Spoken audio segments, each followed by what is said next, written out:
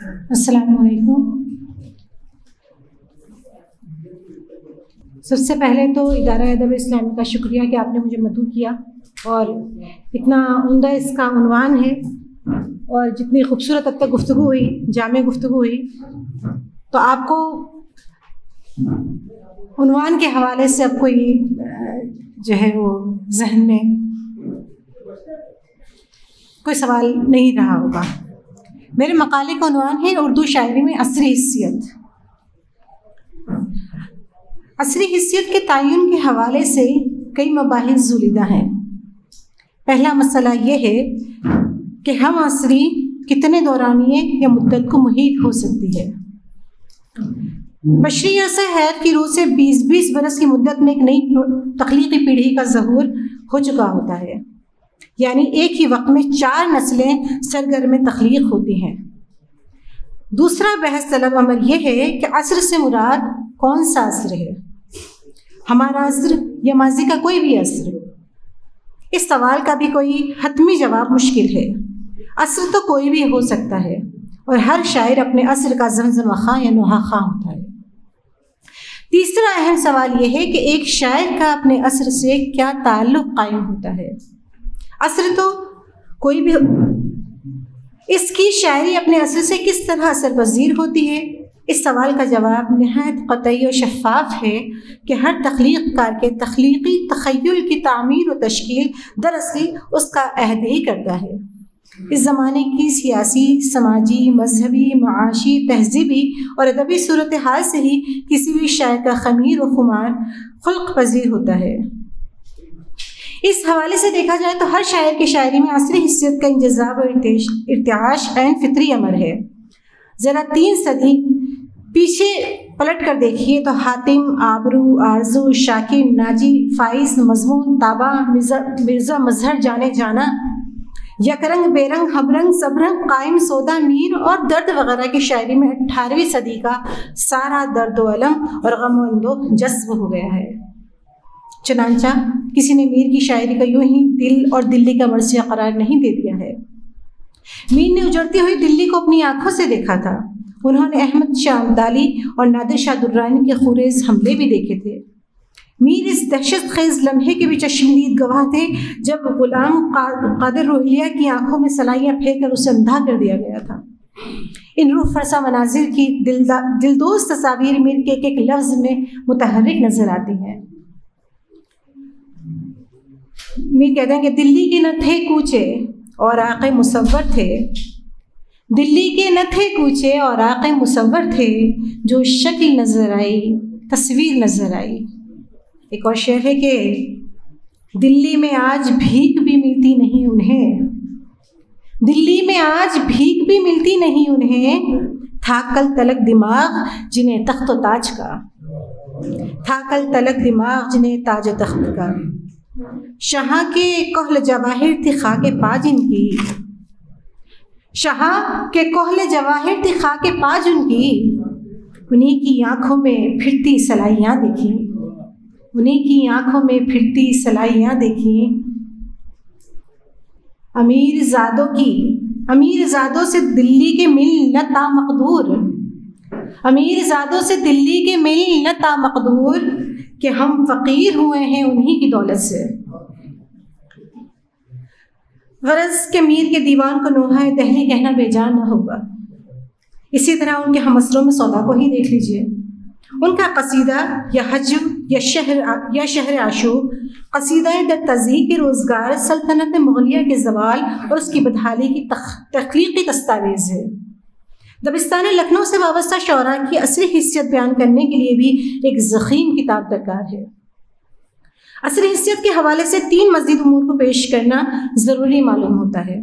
ایک تو یہ کہ عصری حیثیت کا تعین کبھی شاعر کے الفاظ سے صریحاً کیا جا سکتا ہے، اور کبھی عصری حیثیت کی جستجو شعر کی تعبیر و تشریح پر مضمر ہوتی ہے۔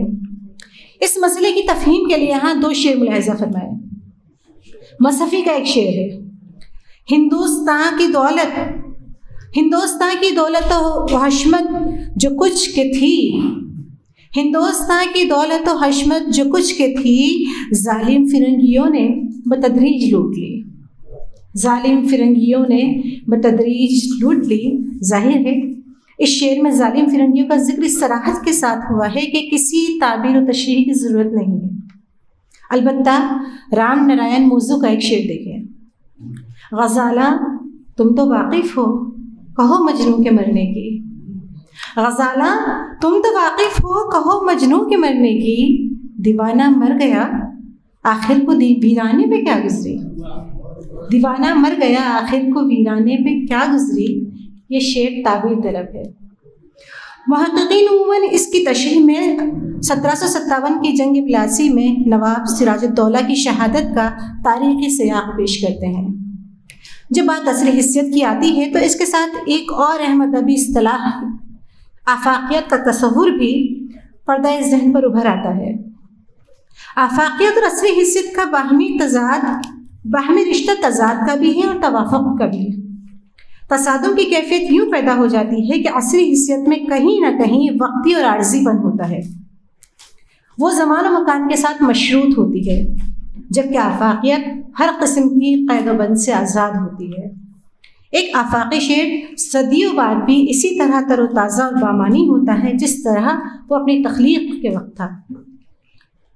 یوں دیکھا جائے تو ایک آفاقی شعر ہر زمانے میں ہم عصر بھی ہوتا ہے اور اس میں اس عہد کی حیثیت بھی موجود ہوتی ہے۔ لہٰذا یہ کہنا بے جا نہ ہوگا کہ ہر آفاقی شعر میں عصری حیثیت موجود ہوتی ہے، لیکن یہ ضروری نہیں کہ ہر وہ شعر جس میں عصری حیثیت ہو اس میں آفاقیت کا عنصر بھی پایا جائے۔ مثال کے طور پر افتخار عارف کا یہ شعر دیکھیے، یہ وقت کس کی رعونت پہ خاک ڈال گیا، یہ وقت کس کی رعونت پہ خاک ڈال گیا، یہ کون بول رہا تھا خدا کے لہجے میں، یہ کون بول رہا تھا خدا کے لہجے میں۔ یہ آفاقی شعر ہے اور اس کی آفاقیت کو قائم کرنے میں سب سے بڑا دخل اس امر کا ہے کہ اس میں کسی اسم معرفہ کا استعمال نہیں کیا گیا ہے، لہٰذا اس شعر کا انطباق ہر زمانے کی صورتحال پر ہوگا جب کسی فرعون وقت کا قافلہ اپنے عہد کے قلزم میں غرقاب ہو جائے گا۔ لیکن اگر اس عنوان کو زمانہ حال کے ساتھ منسلک کر دیا جائے تو عام طور پر عصری حیثیت سے وہ عہد مراد لیا جاتا ہے جو سنہ 60 کے بعد وقوع پذیر ہوا۔ سنہ 60 کی لیکن اس لیے قائم کی جاتی ہے کہ یہیں سے ایک بہت بڑا دعویٰ ترقی پسند تحریک یعنی ترقی پسند تحریک کے خاتمے کا باضابطہ اعلان ہوتا ہے اور اس کی جگہ ایک نیا رجحان جدیدیت پنپنے لگتا ہے۔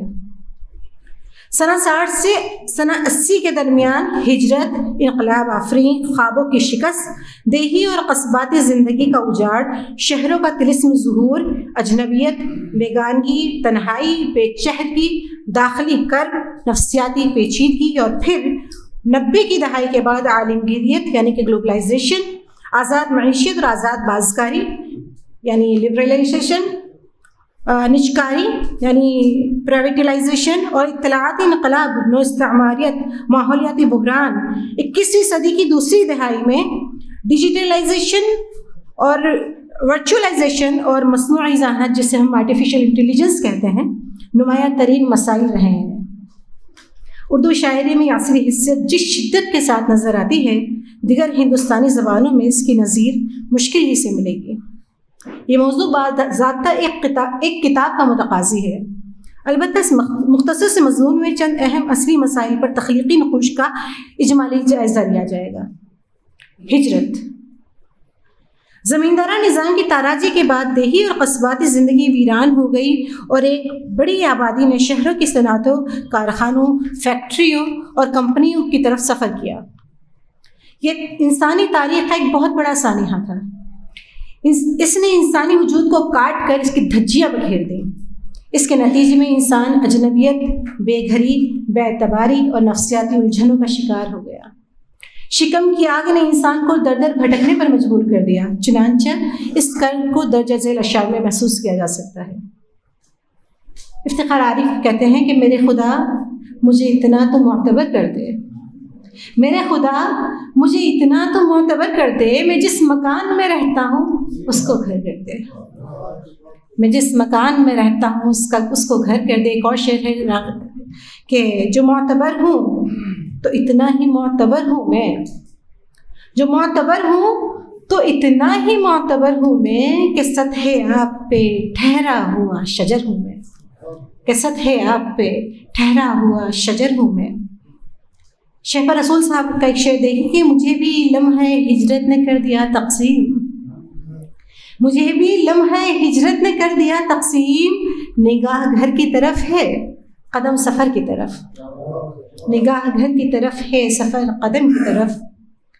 شہبہ صاحب کا ایک شعر اور دیکھیں، کوئی سایہ نہ کوئی ہم سایہ، کوئی سایہ نہ کوئی ہم سایہ، آب و دانہ یہ کس جگہ لایا، آب و دانہ یہ کس جگہ لایا۔ عرفان ستار صاحب کہتے ہیں کہ میں اپنی مٹی سے اپنے لوگوں سے کٹ گیا ہوں، میں اپنی مٹی سے اپنے لوگوں سے کٹ گیا ہوں، یقیناً اس سے بڑا کوئی سانحہ نہیں ہے۔ افتخار عارف کہتے ہیں کہ شکم کی آگ لیے پھر رہی ہے شہر بشہر، شکم کی آگ لیے پھر رہی ہے شہر بشہر، سگے زمانہ ہے ہم کیا ہماری ہجرت کیا۔ ظفر انصاری صاحب کا شعر دیکھیں، یہ زندگی کا تقاضا ہے کچھ نہ اب سوچوں، یہ زندگی کا تقاضا ہے کچھ نہ اب سوچوں، ضمیر بیچ کے روٹی خریدنے نکلوں۔ اور امیر حمزہ ثاقب کہتے ہیں کہ لہو جگر کا ہوا صرف رنگ دست ہنا، لہو جگر کا ہوا صرف رنگ دست ہنا، جو سودا سر میں تھا صحرا کھنگالنے میں گیا۔ تنہائی،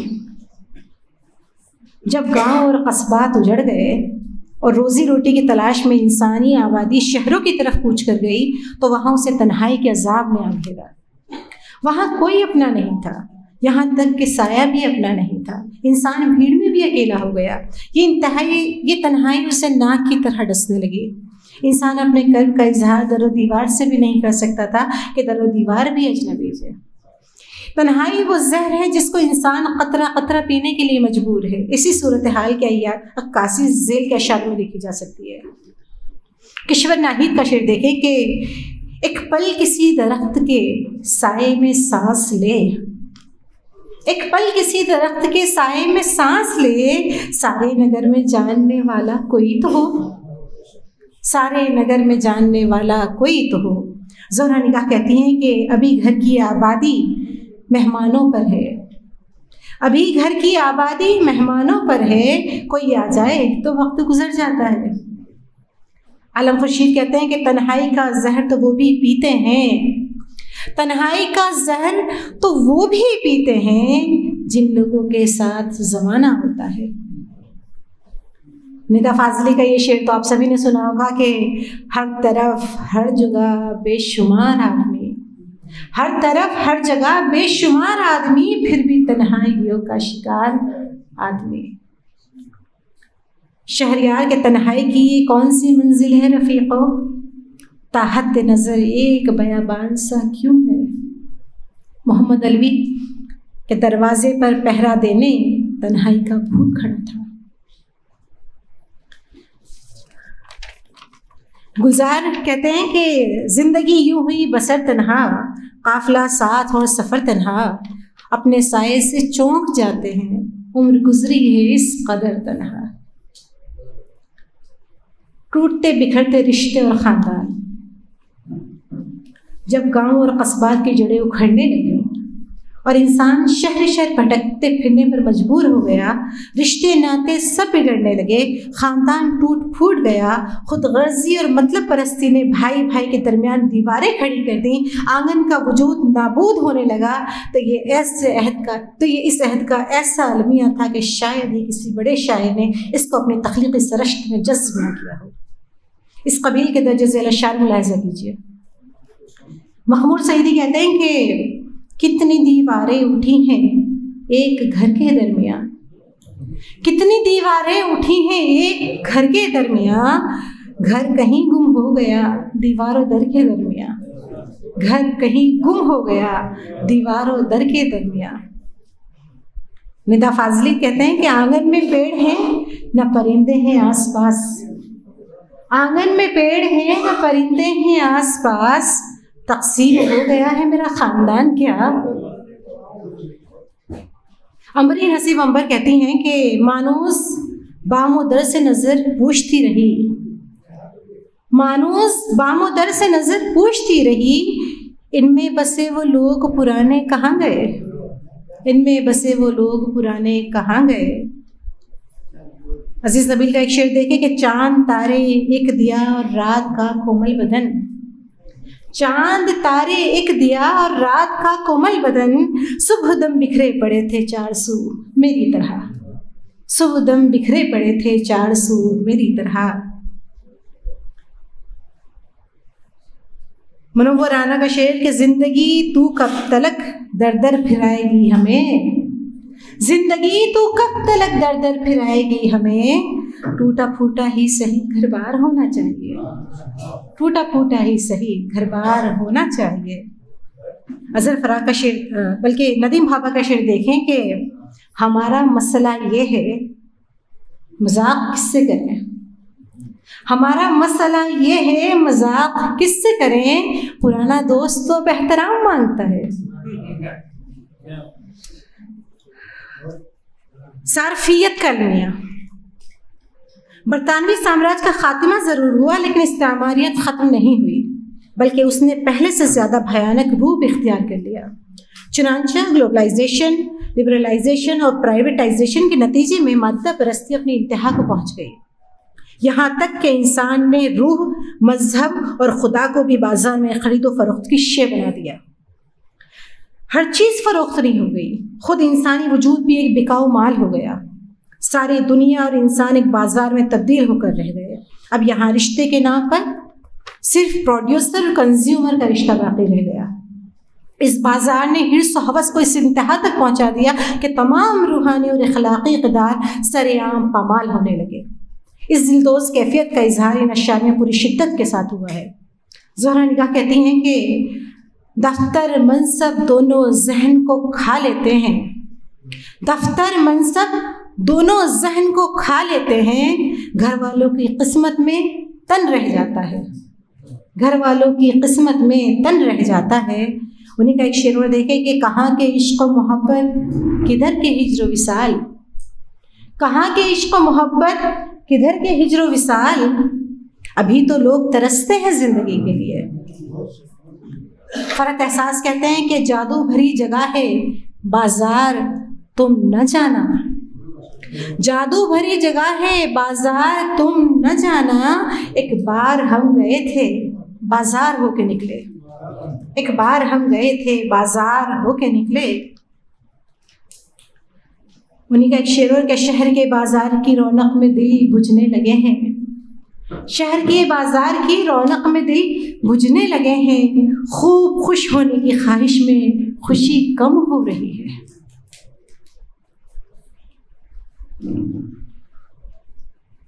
سالم سلیم کا ایک شعر دیکھیں کہ بھرے بازار میں بیٹھا ہوں لیے جنس سے وجود، بھرے بازار میں بیٹھا ہوں لیے جنس سے وجود، شرط یہ ہے کہ میری خاک کی قیمت دی جائے، شرط یہ ہے کہ میری خاک کی قیمت دی جائے۔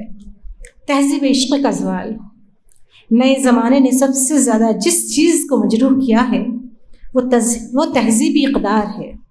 اباہیت، شہوانیت، ہوس رانی، وصل کی ارزانی اور ہجر کی گرانی، حرمت بدن کی پامالی، بازار حسن کی جلوہ فشانی اور عریانیت کا شیطانی رقص اس عہد کا ایک روح فرسا نمونہ ہے۔ اس ذیل میں چند اشعار ملاحظہ ہوں۔ ابو المجاہد زاہد کا شعر دیکھیں کہ برقع ہو یا نقاب اڑانے لگی ہوا، برقع ہو یا نقاب اڑانے لگی ہوا، اب گاؤں میں بھی شہر کی آنے لگی ہوا، اب گاؤں میں بھی شہر کی آنے لگی ہوا۔ حفیظ میرٹھی کا شعر دیکھیں کہ اس دور کی یہ ناشتی گاتی ہوئی تہذیب، اس دور کی یہ ناشتی گاتی ہوئی تہذیب، کیا جانیے کس کرب کا اظہار کرے ہے، کیا جانیے کس کرب کا اظہار کرے ہے۔ ظہیر احمدی کہتے ہیں کہ تمام ہوتے ہیں پاکیزہ رشتے نفرت کے، تمام ہوتے ہیں پاکیزہ رشتے نفرت کے، بدن سے کپڑے محبت ہی میں اترتے ہیں۔ شہب رسول کہتے ہیں کہ اب کے بھی ایک آندھی چلی، اب کے بھی سب کچھ چھوڑ گیا۔ اب کے بھی ایک آندھی چلی، اب کے بھی سب کچھ چھوڑ گیا، اب کے سب باتیں ہوئیں لیکن ہوا کچھ بھی نہیں۔ شہریار کہتے ہیں کہ دل ہے تو دھڑکنے کا بہانہ کوئی ڈھونڈے، دل ہے تو دھڑکنے کا بہانہ کوئی ڈھونڈے، پتھر کی طرح بے حس و بے جان سا کیوں ہے، پتھر کی طرح بے حس و بے جان سا کیوں ہے۔ سلطان اختر اب نہ اشکوں کے دیے ہیں نہ تبسم کے چراغ، لوگ پتھر کے بنے جاتے ہیں رفتہ رفتہ۔ ماحولیاتی بحران، نو استعماری قوتوں کی بنیاد تمام وسائل و ذرائع کو اپنی مٹھی میں کر لینے پر قائم ہے، چنانچہ وہ ہوا، پانی، مٹی، پیڑ پودے اور فضا ہی نہیں بلکہ خلا کو بھی اپنی ملکیت تصور کرتی ہے، وہ سورج، چاند اور ستاروں کو بھی اپنے شکنجے میں جکڑنے کا عزم رکھتی ہے۔ اسی ہوس کے تحت اس نے ساری کائنات کو آلودہ کر رکھا ہے، اور نوبت یہاں تک پہنچ چکی ہے کہ انسان کے پاس کھانے کے لیے نہ صحت بخش غذا ہے، نہ پینے کے لیے صاف پانی، اور نہ سانس لینے کے لیے شفاف ہوا۔ اس نے تمام قدرتی وسائل اور ذرائع میں زہر گھول دیا ہے، بھلا ایسے بحران میں ایک شاعر کس طرح بے حس و بے نیاز رہ سکتا ہے۔ چنانچہ یہ چند شعر پارے ملاحظہ ہوں۔ شہریار کا وہ مشہور زمانہ شعر کہ یہ کیا جگہ ہے دوستو، یہ کون سا دیار ہے، حد نگاہ تک یہاں غبار ہی غبار ہے۔ سلطان اختر کہتے ہیں کہ ہرا شجر نہیں، ہرا شجر نہ سہی خشک گھاس رہنے دے، ہرا شجر نہ سہی خشک گھاس رہنے دے، زمیں کے جسم پر کوئی لباس رہنے دے، زمیں کے جسم پر کوئی لباس رہنے دے۔ ہلال نقوی کہتے ہیں کہ ایک حادثہ عظیم ہوا ہے زمین پر، ایک حادثہ عظیم ہوا ہے زمین پر، کیسا گھنا درخت گرا ہے زمین پر، کیسا گھنا درخت گرا ہے زمین پر۔ احمد مشتاق کہ دھوئیں سے آسماں کا رنگ میلا ہوتا جاتا ہے، دھوئیں سے آسماں کا رنگ میلا ہوتا جاتا ہے، ہرے جنگل بدلتے جا رہے ہیں کارخانوں میں، ہرے جنگل بدلتے جا رہے ہیں کارخانوں میں۔ محمد علوی کہ وہی موسموں کی تباہ کاریاں، وہی موسموں کی تباہ کاریاں، وہی سوکھ سیلاب آتے ہوئے۔ ظفر انصاری ظفر کا شعر دیکھیں کہ اول تو دھوپ نے کیا برباد یہ چمن، اول تو دھوپ نے کیا برباد یہ چمن، جو دھوپ سے بچا اسے سیلاب لے گیا، جو دھوپ سے بچا اسے سیلاب لے گیا۔ سلیم احمد کے کار تخلیق میں ڈالا ہے مشینوں نے خلل، کار تخلیق میں ڈالا ہے مشینوں نے خلل، رحم مادر کی جگہ ڈھال کے رکھ دی بوتل۔ درندگی اور اقدار کی شکست، ملکی اور عالمی سطح پر ہر طرف خون، قتل اور فساد بپا ہے۔ بنی آدم آپس میں ملک و قوم، رنگ و نسل، مذہب و ملت، زبان و تہذیب اور دیگر بنیادوں پر ایک دوسرے کے خون کا پیاسا بنا ہوا ہے۔ ہر طرف حیوانیت اور درندگی دندناتی پھر رہی ہے، بستیوں اور شہروں میں آگ لگی ہوئی ہے، آدم خور بھیڑیے اور راکشس نکیلے دانت نکالے انسان کو چیرتے پھاڑتے اور نگلتے جا رہے ہیں۔ اس بدامنی اور خونریزی کو دیکھ کر بھلا ایک حساس شاعر کا دل کیوں نہ تڑپ اٹھے۔ چنانچہ اس ذیل میں چند اشعار پیش خدمت ہیں۔ رفیہ شبنم عابدی صاحبہ کا ایک شعر دیکھیں کہ پھر اب کی بار لہو رنگ بارشیں برسی، پھر اب کی بار لہو رنگ بارشیں برسی، کسی نے کاٹ دیے ہیں، کسی نے کاٹ دیے ہیں سروں کے جنگل پھر۔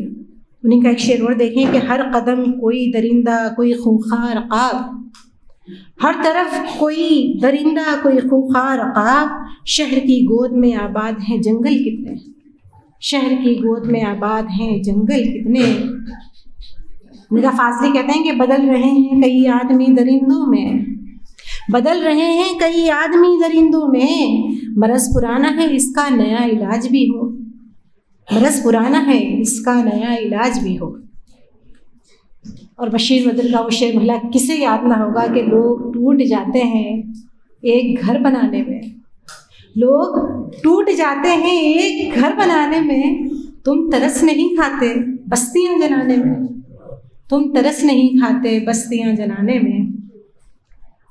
عبید اللہ علیم کے شعر دیکھیں کہ میں یہ کس کے نام لکھوں جو علم گزر رہے ہیں، میں یہ کس کے نام لکھوں جو علم گزر رہے ہیں، میرے شہر جل رہے ہیں میرے لوگ مر رہے ہیں، میرے شہر جل رہے ہیں میرے لوگ مر رہے ہیں، کوئی غنچہ ہو کہ گل ہو، کوئی شاخ ہو شجر ہو، کوئی غنچہ ہو کہ گل ہو، کوئی شاخ ہو شجر ہو، وہ ہوائے گلستاں ہیں کہ سبھی بکھر رہے ہیں۔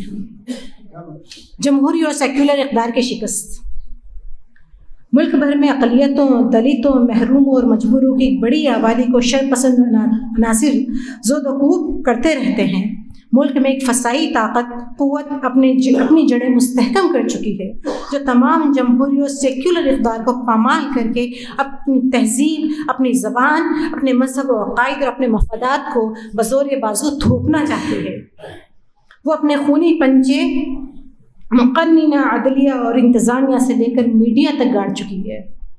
اس صورتحال پر بھی اردو شعراء کی اصلی حیثیت نہایت شدید اور توانا دکھائی دیتی ہے۔ اس حوالے سے چند اشعار ملاحظہ فرمائیں۔ وسیم بریلوی کا شعر دیکھیں کہ فیصلہ لکھا ہوا رکھا ہے پہلے سے خلاف، فیصلہ لکھا ہوا رکھا ہے پہلے سے خلاف، آپ کیا خاک عدالت میں گواہی دیں گے۔ راحت اندوری کا شعر کہ سبھی کا خون ہے شامل یہاں کی مٹی میں، سبھی کا خون ہے شامل یہاں کی مٹی میں، کسی کے باپ کا ہندوستان تھوڑی ہے۔ عالم خورشید کہتے ہیں کہ اے میری جمہوریت تیری کہانی ہے عجب، اے میری جمہوریت تیری کہانی ہے عجب، قابل نفرت ہے جو وہ صاحب دستار ہیں، قابل نفرت ہے جو وہ صاحب دستار ہیں۔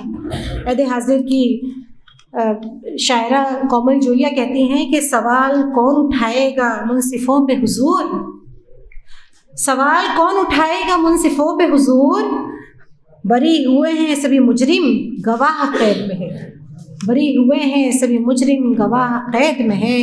شہ رسول کہتے ہیں کہ تمہارا شہر ہے تم جو کہو بجا ہے وہ، تمہارا شہر ہے تم جو کہو بجا ہے وہ، ہمارا صرف خدا ہے مگر خدا ہے وہ، ہمارا صرف خدا ہے مگر خدا ہے وہ۔ عصری حیثیت کا موضوع نہایت وسیع ہے، لیکن اگر اس کے ذیلی موضوعات کی فہرست سازی ہی کر دی جائے تو اپنے آپ میں ایک تحقیقی اشاریہ مرتب ہو سکتا ہے۔ اس مضمون میں میں نے صرف مشت نمونہ از خردواری کے طور پر چند اہم اور نمایاں موضوعات کو ہی پیش نظر رکھا ہے۔ بطور ماحصل یہ کہنا بیجا نہ ہوگا کہ اردو شاعری میں سر تسر عصری حیثیت سے مملو ہے اور بیشتر بڑے شعراء کی عصری شعری تخلیقات میں آفاقیت اور دوام کا عنصر بھی وفور کے ساتھ در آیا ہے۔ یوں اردو شاعری کی عصری حیثیت دوامی کیفیت سے معمور پاتی ہے۔ بہت شکریہ۔